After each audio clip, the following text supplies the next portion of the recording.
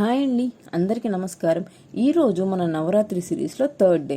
ఈరోజు అమ్మవారి రూపం, నైవేద్యం ఇలాంటి విషయాలన్నీ ఈ వీడియోలో తెలుసుకుందాం రండి. ఈ 3వ రోజు శనివారం, అశ్వయుజ శుద్ధ తదియ. ఈ రోజున అమ్మవారు మనకి శ్రీ అన్నపూర్ణదేవి అలంకరణలో దర్శనం ఇవ్వబోతున్నారు. అమ్మవారికి నీలం రంగు చీరని సమర్పించి మల్లెపూలతో పూజ చేస్తారు. అలానే అమ్మవారికి పెట్టవలసిన నైవేద్యం మినప వడలు లేదా పులిహోర. మనకి ఏది అందుబాటులో ఉంటే అది నైవేద్యంగా పెట్టవచ్చు.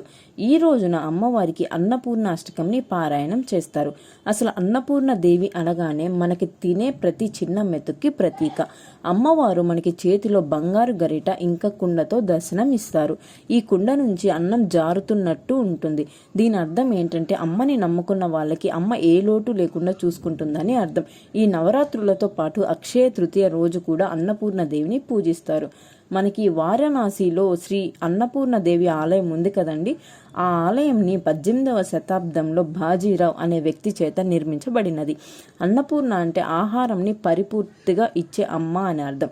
అన్నపూర్ణని చాలా దగ్గర చాలా రకాలుగా పిలుస్తూ ఉంటారు. వాటిలో కొన్ని ఇప్పుడు తెలుసుకుందాం.